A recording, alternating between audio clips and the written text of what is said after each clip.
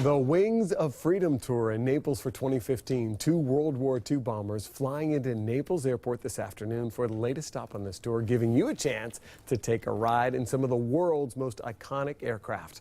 4 in your corners, Carl Fortier was there to give you an up-close look.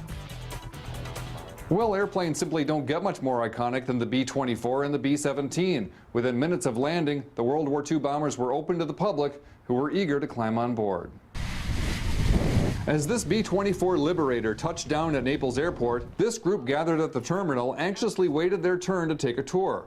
Among them was Buddy Reed, whose father, now 90, was a B-24 co-pilot in World War II. Left high school like so many young men did in those days, and volunteered to fight.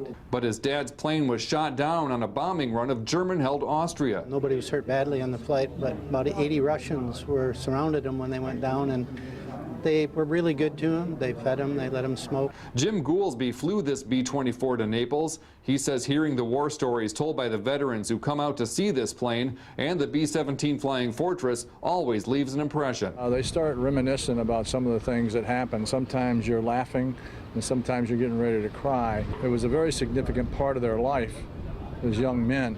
He says almost as significant as the impression the planes leave on the children and grandchildren of the veteran flyboys as they stand in the gun turrets or navigate the tight spaces inside the planes. A lot of the children and grandchildren of these veterans have no idea what their parent or grandparent went through.